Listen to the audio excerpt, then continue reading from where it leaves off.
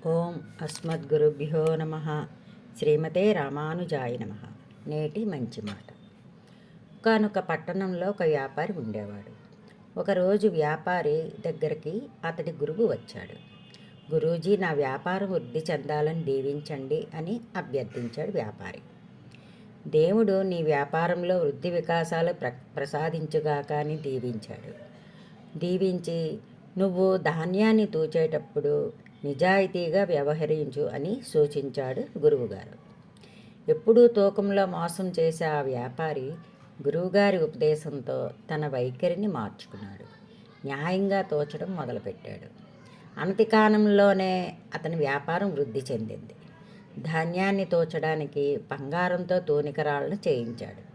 దీంతో ఎక్కడెక్కడి వారో వచ్చి ఆ తూనికరాళ్లను చూసి ఆశ్చర్యపోతూ ఉండేవారు. ఒకరోజు అతడు ఆ తూనికరాళ్లను తీసుకుని తన గురువు దగ్గరికి వెళ్ళాడు. గురువుగారు, మీ ఆశీర్వాదంతో నా వ్యాపారం చాలా బాగుంది. బంగారు తూనికరాళ్లతో ధాన్యాన్ని తూచేంత వృద్ధి సాధించాను అన్నాడు వ్యాపారి. ఆ బంగారపు తూనికరాళ్లను తీసుకువెళ్ళి ఏట్లో పడివేయి అని గురువుగారు ఆజ్ఞాపించాడు. గురువాజ్ఞ మేరకు బంగారం విలువ గురించి కూడా ఆలోచించకుండా వాటిని ఏరులో పడేసి ఇంటికి చేరుకున్నాడు. ఈ సంఘటన జరిగిన 3 రోజుల తరువాత కొందరు రైతులు తమ ధాన్యాన్ని అమ్మటం కోసం పట్టణానికి వస్తున్నారు. రైతులు ఏరు దాటుతుండగా బంగారు తూనికరాళ్ళు వారికి దొరికాయి. వాటిని చూడగానే ఇవి ఫలానా వ్యాపారం అని గుర్తించారు. అతడి మంచితనం తెలిసిన రైతులు అలాంటి ఉత్తముడి సొమ్ము తీసుకోవడం భావ్యం కాదనుకున్నారు. తూకం రాళ్లను తీసుకెళ్ళి ఆ వ్యాపారికి ఇచ్చేశారు.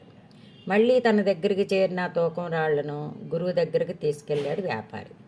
నేను వీటిని ఏరులో పారేశాను, మళ్ళీ నా దగ్గరికి వచ్చాయి గురువుగారు అని విన్నవించుకున్నాడు. నీవు ఎప్పుడైతే తూకంలో మోసం చేయడం మానేశావో దైవం నీ సంపాదనలో వృద్ధిని ప్రసాదించాడు.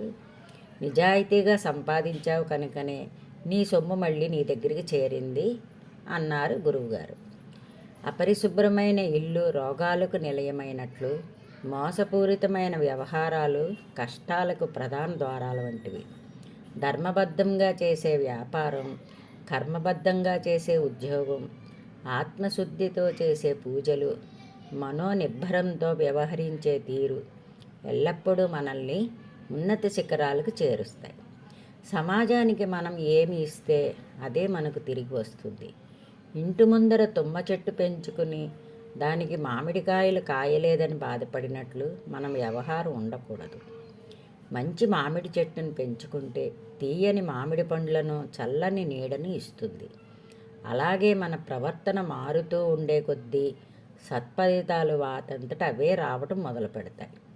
అది ఎలాగంటే, చెట్టు మొదలు దగ్గర నీళ్లు పోస్తే అవి కొమ్మలకు ఆకులకు చేరి